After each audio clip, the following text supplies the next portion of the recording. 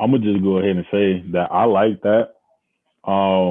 Just because one of the reasons too that got me interested in Sigma is networking, but at the same time, I knew that it's not only just gonna be a network, but you have to actually put forth your own effort, your own work ethic in order to go ahead and get those ties because you can know a whole bunch of people, but this one person had told me you can know a lot of people, but it's not about who you know. It's about who actually know you and who's willing to stick their neck out there for you. And I think that's something that, like, just putting everything that you said, basically just wrapping that all up into it's basically about who knows you. Because, like you said, you got that phone. Somebody's got to carry your name into the room.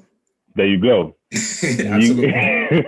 Absolutely. Man, I feel like personally that's something big too. I just love hearing that. Yeah.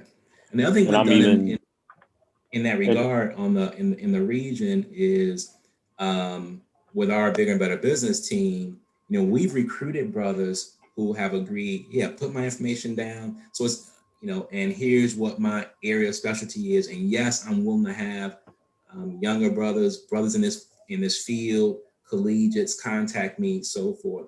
And so we've also been putting structure around it. So it's not just, okay, it's networking and you got to go find them, right? We've been doing it and collecting our database so that, right, if you're in broadcast, you call our director of big and better business and say, hey, I'm in broadcast, who do we have? He's going to go to his list and say, okay, I got 4 brothers in journalism and radio, TV, so forth. And they've all agreed already to serve as a mentor, contact, resource. All right, I'm going to give you, these 2 names. And so we centralize that a little bit so that everybody's not all getting the calls and we spread it out. But we want to make sure that it's, again, not you trying to find the person, so forth. That you can call one person and they'll say, okay, I got 3 people for you, right? Start with this one and help make that connection for you.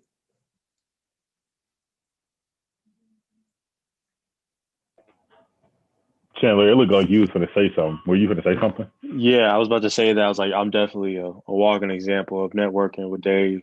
Due to COVID, I was kind of left out in the wind in the appointment race. So first thing I did, I called Dave, and he was like, "Hey, I think I got something for you. It's temporary, but it help you hold you over for a little bit."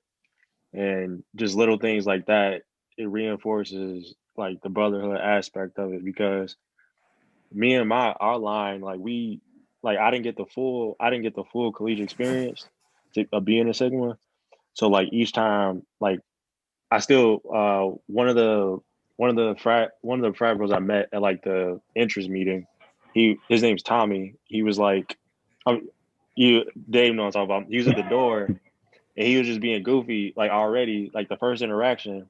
And like I talked to him a lot. I talk to him like every other week now. He's one of the main people I mainly talk to in Sigma. And it's just like those life connections you make, and just those friendships, like just pass all like really good people that genuinely look out for you. Like Tommy would call me, just check on me if he ain't heard from me in a while. And I see Dave in the office pretty much every day, so I can just go talk to him whenever. But it's just that networking and sticking your neck out for a brother. I mean, it means a lot, though. It definitely does. But Tommy's dad is I haven't met his dad yet. I haven't met his dad dad. yet. So Terrence met him, but I didn't. I was busy yeah. that day. They went. So just talking about the network again, when my company was moving me out to San Diego, I didn't know who to reach out to, so forth. They had a corporate relocation person that was helping me, but I was able to reach out and connect with some brothers out there, let them know I was coming out there. They took care of me for the entire time I was there. My son is a freshman in college now, and as we were going through the process, I pretty much told him, you can go wherever you want to go. And the reason I was confident in that is because I told him all the time, I said, wherever you go, anything happens, I can pick up a phone, right? I can go to Blueprint, right? I'm gonna call a brother and say, look, man, my son, I say, and they'll come take care of you till I get there, what have you. I'm confident in that. I'm confident in that strength of the brotherhood. And for that reason, you can go wherever you want to go because I already know Sigma's got my back wherever you go. Definitely, definitely. Man, just being able to talk about that is cool. So cool. I'm gonna go ahead and move on to the next question because we slowly running out of time. Okay, now I know you talked a lot about the collegiates and what you believe, but I want to go ahead and refer to this question, another question about like collegiate. So the basic question is, why do you believe that collegiate affairs are important, and also why do you think it's important in getting the collegiates involved more within the fraternity? Yeah, so again, I always say I had those leadership opportunities early on, and you'll hear pretty much every leader tell you that we have this big drop off between the collegiate ranks and to alumni, and we don't do as well as we need to in transitioning brothers um, from collegiate to alumni, and so there's a couple of reasons this is important. One is if I look at it with my RD hat on, those guys that are kind of unfinancial in the middle, those are my biggest headache guys. All right. So from a risk management RD perspective, but also, those guys are going on, they're getting started in their careers, starting to do great things, and they're disconnected from the fraternity. And so it's almost like, you think about you went through all this effort to bring somebody into this family, and then you kind of let them slip away. And I know we talk about, there's still the brotherhood whether you're in a chapter or not, but right, as a family unit, then if we're not working together to build the family, then there's still something wrong, right? And so when those brothers are allowed to kind of slip away, so forth, disengage, there's still a fracture in the family unit. And so it's really important to me that we don't have that slippage, we don't have that drop off, we don't have fractures in the family unit, and that's why it's so important. Plus, as I mentioned, I came as a collegiate, so I know the experience that I had as a collegiate, and it's something that I want to pass on. You guys are aware, last conclave, we did the collegiate suite. Now, when I was in a collegiate, I was from one of the largest chapters in our region, so we always got invited to everybody's suite for candidates, all that kind of stuff. So they give us gifts and liquor, all that kind of stuff. Today is a different day. We're in a whole different risk management world. But so what we did there was the collegiates had their own suite, and so it wasn't the collegiates kind of go into the suite with the old men. It was theirs, and so we had, any point there wasn't a meal provided by the conclave, we had food there for them. Korean barbecue, chicken, burgers, whatever. We had a room with brothers bought ties, suits, paraphernalia, kind of free for all. If you were a collegiate, you could fit it.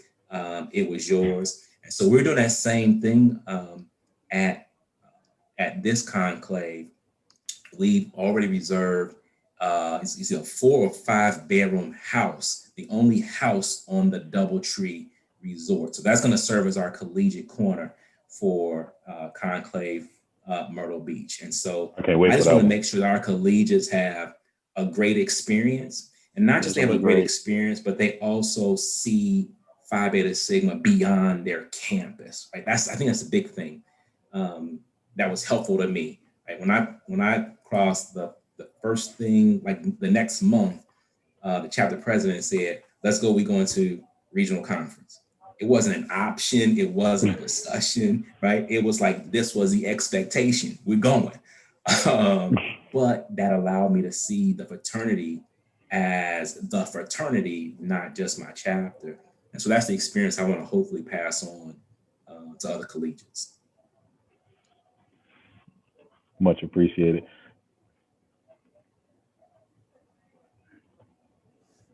Chandler, did you have another question that you wanted to ask? Yeah, I did.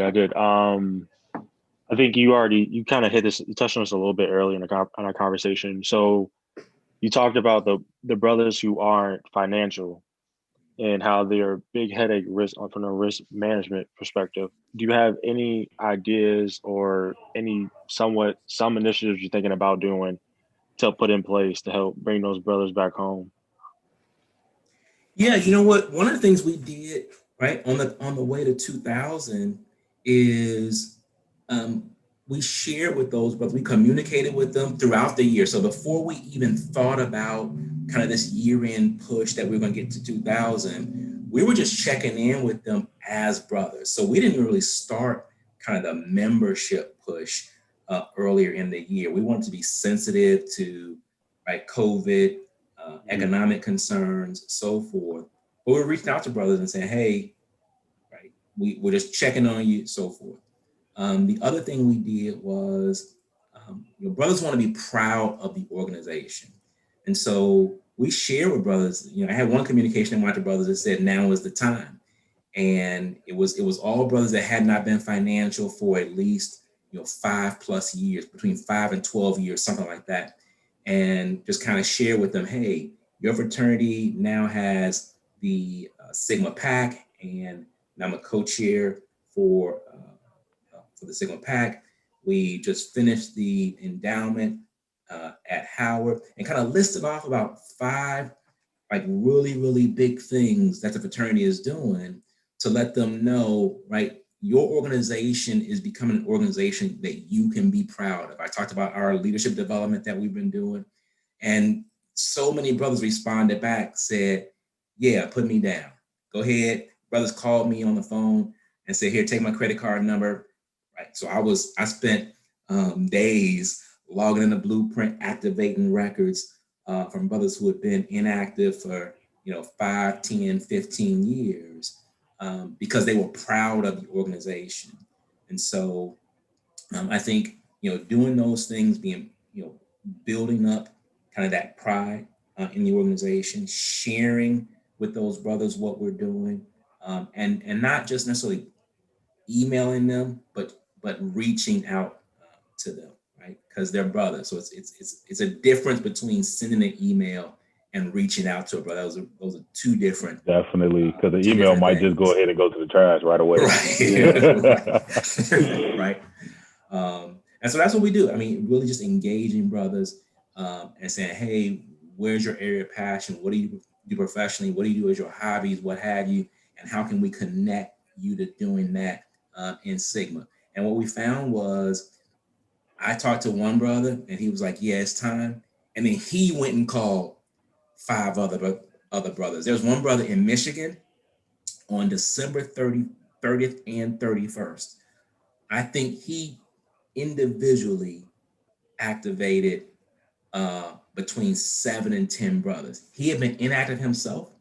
He called me, we got his stuff squared away, and then he just started making calls and he was blowing me up. He was sending me text messages, Facebook Messenger, calling me, hey, get this one ready, get this one turned on. I'm paying his in a few minutes. And so again, just that engagement was so positive, and that's kind of what I hope to bring and carry forward. Got you. Okay, so like I said, we running out of time, so I'm gonna give it one more question for myself, and I just think this is going to be like a good, important question for me personally. So, what is one lesson that you have learned as a regional director that you feel that you could take with you on a national level? Yeah, I think so. I'm an accounting guy, I'm a financial guy, but I'm also one, like a lot of men, I like messing with stuff and breaking it. And one of the things that I've done and spent a lot of time on is looking really at all the data we have in Blueprint. I've also spent time independently with webinars and sessions about IMUS, which is the software on the back end of Blueprint, and really understanding all of the capabilities that we've paid for. And so I think one of the things that is driving me into this role is I believe there's a lot of missed opportunities still, that we haven't taken advantage of the several $100,000 investment that we made in Blueprint. I think we haven't fully provided chapters all of the support and tools to be successful. I think one of the things that we've done better, but still needs a lot more work, is how we position the fraternity and really advertise the fraternity to the outside world. I've said this in a board meeting before. I think we spend too much time advertising Sigma to Sigma and not advertising Sigma to the world. And as we do that, and we bring like the public face of Sigma out to the world, then that also helps our local chapters, because now, right, brothers or potential members who maybe didn't know as much about the fraternity, maybe didn't see as much of the work that we were doing. We use that national presence to really create a public brand that also draws interest. And we've seen that happening as well. We focused on our public page as a region more than we did on our internal page to the brothers. And so as we've kind of shared information and so forth, we've gotten a number of inquiries about membership that we've then been able to funnel back to chapters in their areas. And so, I tend to think about some of these things, I think, in a different way.